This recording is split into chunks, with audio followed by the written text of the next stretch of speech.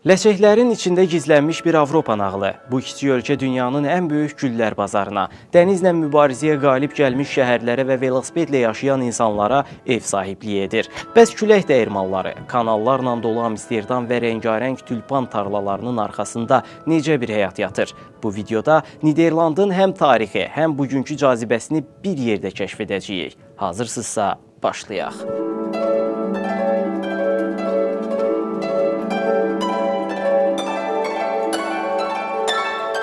Səfərləri sevirsinizsə və Avropa ölkələrinə maraq göstərirsinizsə, yəqin ki, Niderlanda getməyi arzulamısınız. Dünyada demək olar ki, hər bir səyyahın xəyalını bəzəyən, müxtəlif millətlərə mənsub insanları bir arada saxlayan, azadlığın və incəsənətin, əyləncənin vətəni olan Niderland dünyanın ən müasir və inkişaf etmiş ölkələrindən biri hesab olunur.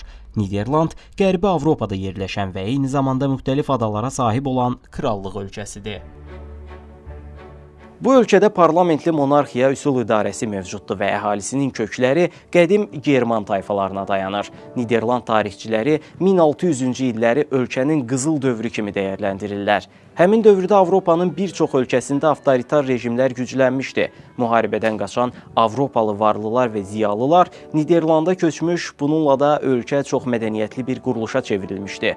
Sonradan ölkədə azadlıq yönümlü və güclü iqtisadi siyasətlər tətbiq olunmuş və bugünkü müasir Niderlandın təməli qoyulmuşdu.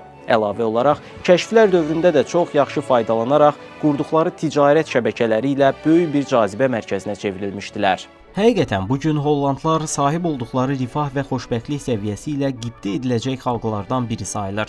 Sözün əsl mənasında onlar indi də öz qızıl dövrlərini yaşayır və həyatın bütün gözəlliklərindən faydalanmağa davam edirlər. Bu ölkənin əhalisi Flemenkçənin bir dialekti olan Holland dilində danışır və bu dil bəzi çevrələr tərəfindən Alman dilinə bənzədilir. Ölkə ərazisinin böyük hissəsi dəniz səviyyəsindən aşağı yerləşdiyinə görə İngiliscə Nederlands, aşağı torpaqlar adını da buradan almışdı. Ölkənin tamamilə düzənlik üzərində qurulduğunu söyləmək mümkündür. Bu hal hər nə qədər sel təhlükəsi baxımından təhlükəli görünsə də, Hollandların illər ərzində qurduğu mükəmməl bənd və kanal sistemi ölkəni tam qoruyacaq səviyyədədir. Niderlandın Amsterdam kimi dünyaca tanınmış paytaxtı var. Bu şəhər Rotterdamdan sonra ölkənin ən sıx əhalili ikinci şəhəri sayılır. Turistlər isə əsasən Niderlanda səfərlərini Amsterdam mərkəzli etməyə çalışırlar. Çünki bu şəhər həqiqətən çox məşhurdur və bir-birindən maraqlı tədbirlər burada keçirilir.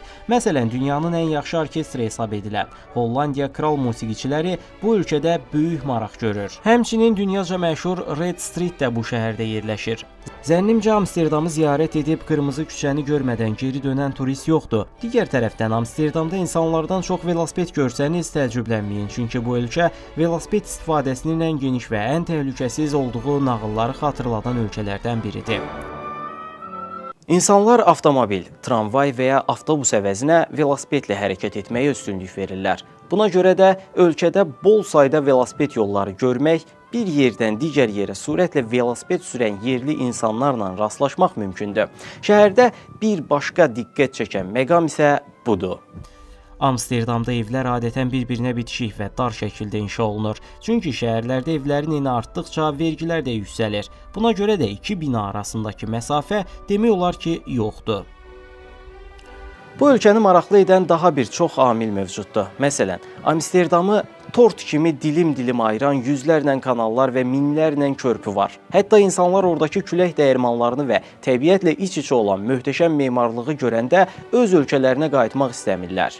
Buna nümunə olaraq Amsterdamı ziyarət edən hər kəsin mütləq baş çəkdiyi Volendam sahil qəsəbəsini və Marken adasını göstərmək olar. Bu iki qəsəbə o qədər möhtəşəm gözəlliyə malikdir ki, insana doğrudanmı bu yer bu dünyaya aiddir, yoxsa cənnətdir dedirdir.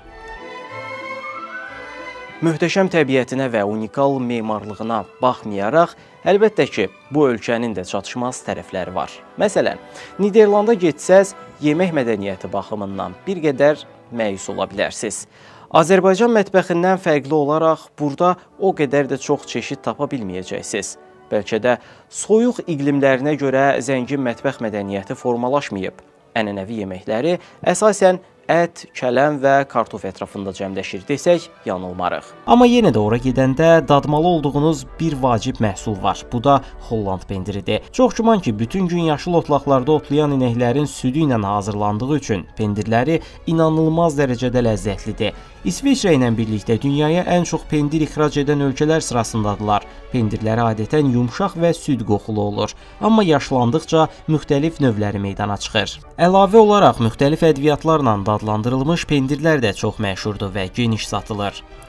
Niderlandın dünya bazarına çıxardığı və markalaşdırdığı digər bir sektor isə lalə istehsalıdır. Bu ölkədəki lalə bağçaları taxta çəkmələrlə birlikdə Hollandiyanın əsas simvollarından birinə çevrilib.